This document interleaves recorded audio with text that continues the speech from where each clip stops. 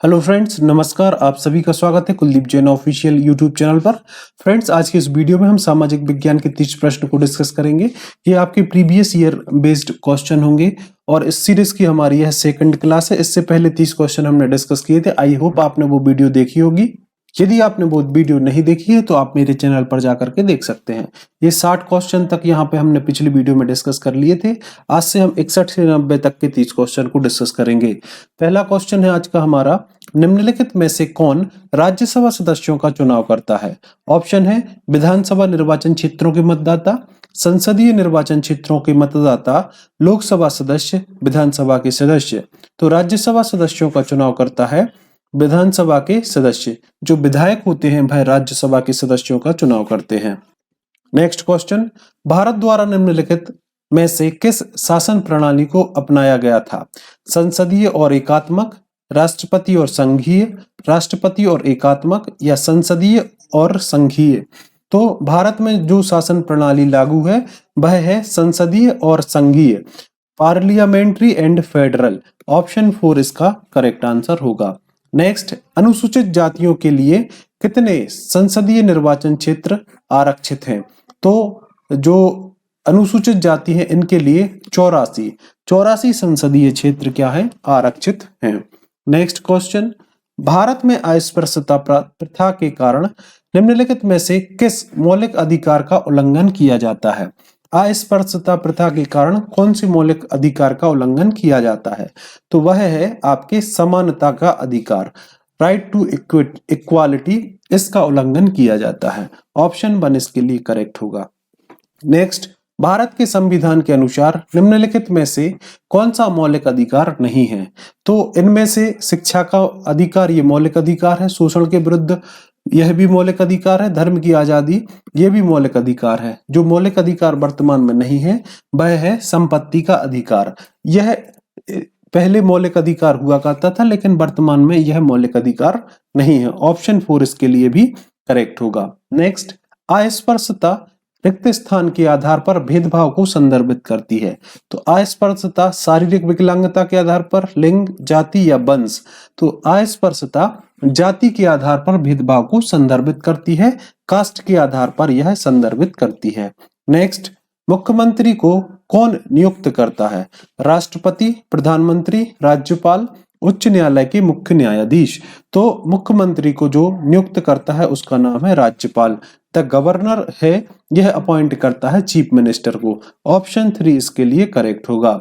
Next, राज्यपाल को कौन नियुक्त करता है? प्रधानमंत्री, मुख्यमंत्री, भारत के मुख्य न्यायाधीश या राष्ट्रपति? तो भारत के राष्ट्रपति, प्रेसिडेंट ऑफ इंडिया, यह क्या करते हैं? राज्यपाल को नियुक्त करते हैं। नेक्स्ट, प्रधानमंत्री का चुनाव कौन कराता है? कौन करता है? मंत्रियों की परिषद, मुख्यमंत्री, सांसद और विधायक?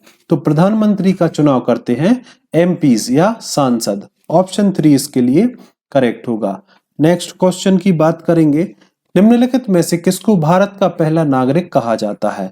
भारत के मुख्य न्यायाधीश, गृह मंत्री, राष्ट्रपति या प्रधानमंत्री? तो राष्ट्रपति को, प्रेसिडेंट को भारत का प्रथम नागरिक कहा जाता है। फर्स्ट सिटीजन ऑफ इंडिया कहा जाता है प्रेसिडेंट को। नेक्स्ट क्वेश्चन, निम्नलिखित में से किसको भारत में राज्य का पहला नागरिक कहा जाता है? राज्य का पहला नागरिक कहा जाएगा राज्यपाल को। गवर्नर को राज्य का फर्स्ट सिटीजन ऑफ स्टेट कहा जाएगा गवर्नर को। ऑप्शन 3 इसके लिए भी करेक्ट होगा। नेक्स्ट, वर्तमान लोकसभा 2014 के बाद है। तो 2014 के बाद लोकसभा थी वह थी 16वीं। अब जो है वर्तमान में लोकसभा वह है 17वीं लोकसभा अभी वर्तमान में चल रही है। नेक्स्ट, भारत का वर्तमान राष्ट्रपति कौन है? तो भारत का वर्तमान राष्ट्रपति कौन है? द्रौपदी मुर्मू। द्रौपदी मुर्मू वर्तमान में यह राष्ट्रपति है, द्रौपदी मुर्मू। आई होप ये आपको समझ में आया होगा। नेक्स्ट, भारत के संविधान में निम्नलिखित में से किसका उल्लेख नहीं किया गया है? राज्य और केंद्र शासित प्रदेशों का उल्लेख किया गया है, सरकार का ढांचा, राजनीतिक दलों का नाम, नागरिकों के नाम? तो जिसका उल्लेख नहीं किया गया, राजनीतिक दलों के नाम संविधान में उल्लेखित नहीं है। ऑप्शन 3 इसके लिए करेक्ट होगा। नेक्स्ट, राज्यसभा के सदस्यों को कौन नामित करता है? राष्ट्रपति, उपराष्ट्रपति, प्रधानमंत्री या सर्वोच्च न्यायालय के मुख्य न्यायाधीश? तो राज्यसभा के सदस्यों को राष्ट्रपति नामांकित करता है। नेक्स्ट, निम्नलिखित में से कौन भारत की संविधान सभा के अध्यक्ष थे? तो C Rajagopalachari, doctor B R. Ambedkar, doctor Rajendra Prasad और जवाहरलाल नेहरू। तो संविधान सभा के जो अध्यक्ष थे डॉक्टर राजेंद्र प्रसाद थे। कॉन्स्टिट्यूट असेंबली के जो प्रेसिडेंट थे वह थे डॉक्टर राजेंद्र प्रसाद। नेक्स्ट क्वेश्चन, निम्नलिखित में से कौन भारत का एकमात्र भारतीय गवर्नर जनरल था? भारत का एकमात्र भारतीय गवर्नर जनरल था, वे थे सी राजगोपालाचारी। ऑप्शन 4 इसके लिए करेक्ट होगा। नेक्स्ट, भारत का संविधान कब अपनाया गया था? भारत का संविधान अपनाया गया था 26 नवंबर 1949 को। 26 नवंबर 1949 को भारत का संविधान अपनाया गया था।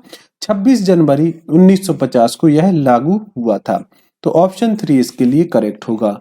नेक्स्ट, निम्नलिखित में से किसने भारत की रियासतों को एकीकृत करने में निर्णायक भूमिका निभाई थी? तो भारत को एकीकृत करने में जिन्होंने भूमिका निभाई थी उनका नाम था सरदार वल्लभ भाई पटेल। सरदार वल्लभ भाई पटेल ये इनका नाम था। ऑप्शन 2 इसके लिए करेक्ट होगा। नेक्स्ट, निम्नलिखित में से कौन भारत के संविधान की समवर्ती सूची के मामलों में कार्य करता है? केंद्र सरकार और राज्य सरकार, राज्य सरकार और स्थानीय सरकारी निकाय, केंद्र शासित प्रदेश और स्थानीय सरकारी निकाय। तो समवर्ती सूची में केंद्र और राज्य सरकारें इसके अंडर काम करती हैं। ऑप्शन 1 करेक्ट होगा। नेक्स्ट, निम्नलिखित में से कौन भारत की संविधान सभा में मसौदा समिति के अध्यक्ष थे? ड्राफ्टिंग कमेटी, जिसको हम प्रारूप समिति भी कहते हैं, उसके अध्यक्ष थे डॉक्टर भीमराव अंबेडकर। ऑप्शन 2 इसके लिए करेक्ट होगा।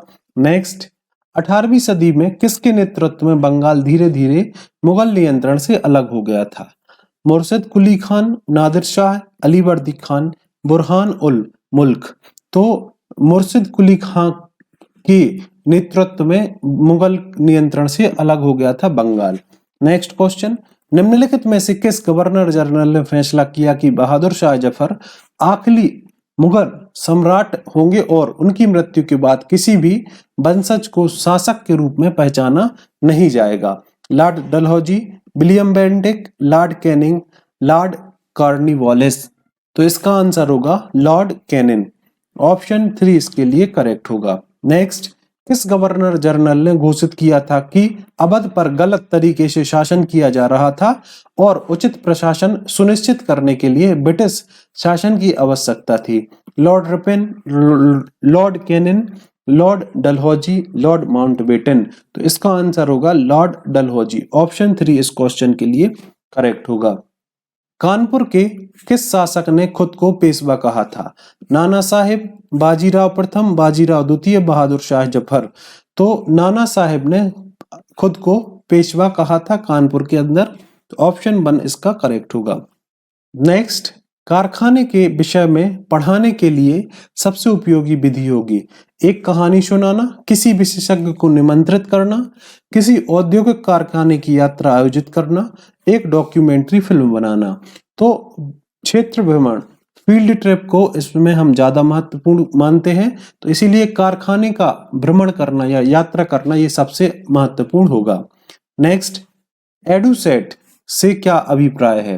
रॉकेट जिसका उपयोग मानव निर्मित उपग्रहों को सूर्य की कक्षा में स्थापित करने के लिए किया जाता है, सौरमंडल में भेजा गया एक नया उपग्रह, एक क्षुद्र ग्रह जो मंगल और बृहस्पति की कक्षाओं के बीच पाया जाता है, या एक मानव निर्मित भारतीय उपग्रह?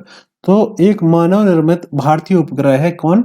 एडुसेट। ऑप्शन 4 इसके लिए करेक्ट होगा। नेक्स्ट, पंचवाणी और बीजक में निम्नलिखित में से किस महान हस्ती के छंद और विचारों को संरक्षित किया गया है? मीराबाई, कबीर, गुरु नानक या रविदास?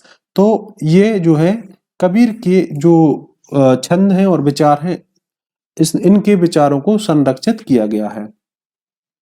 एलोरा की गुफा का भित्ति चित्र जिसमें विष्णु को नरसिंह अर्थात पुरुष सिंह के रूप में दिखाया गया है, किस काल की कृति है? गुर्जर प्रतिहार काल, राष्ट्रकूट काल, चालुक्य काल या गुप्त काल? तो इसका आंसर होगा राष्ट्रकूट काल। ऑप्शन 2 इसके लिए करेक्ट होगा।